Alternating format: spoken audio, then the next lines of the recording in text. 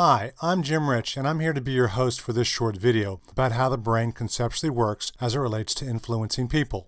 Before we get going, I wanted to point out that this movie's purpose is to provide insight to leaders about how the brain works in relationships and how people are influenced.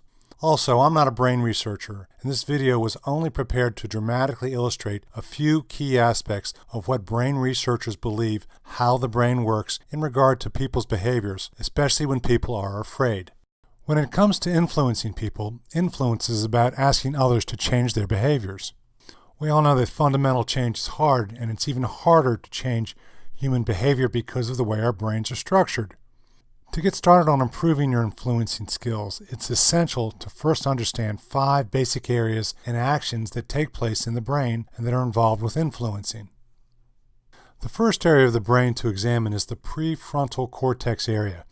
This is known as the brain's working memory and has characteristics that influence a person's emotional drivers. For example, this area of the brain operates for only a short period of time, such as a few seconds, and it's a short-term storage area for thoughts.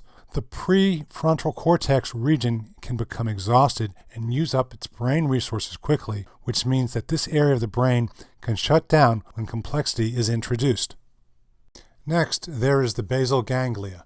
This region of the brain is associated with long-term memory.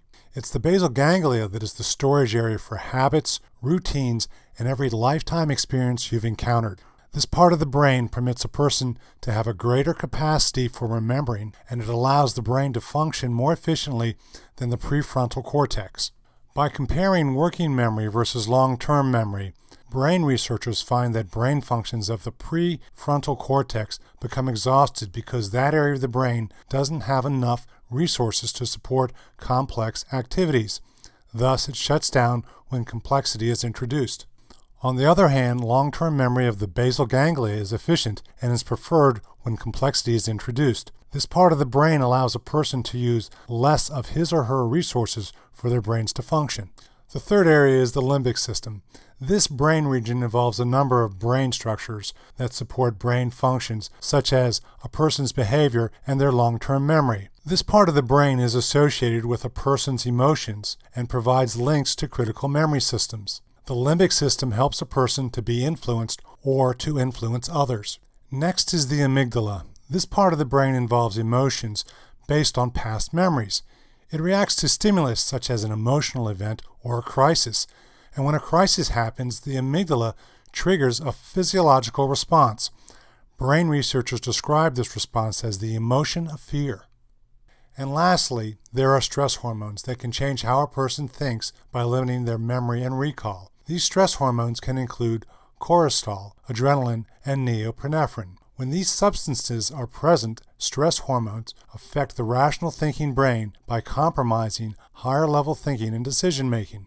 During a stressful situation, stress hormones and the amygdala work together to short-circuit normal brain functions that bypass the brain's long-term memory. When this happens, it's known as an amygdala hijack. An amygdala hijack limits a person's ability because they can only use their prefrontal cortex working memory. In that situation, a person finds it impossible to recall memories from their long-term memory.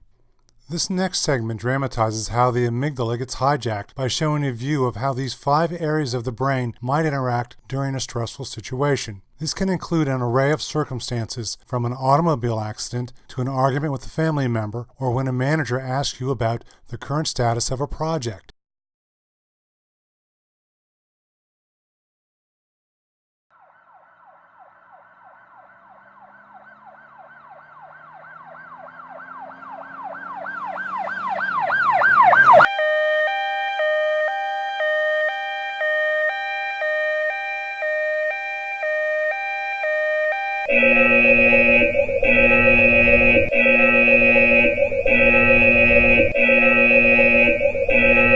That's fundamentally how an amygdala hijack works in a stressful situation and how each of the 5 brain areas interact. We hope you've taken away some insight as to how the brain works, and thanks for watching.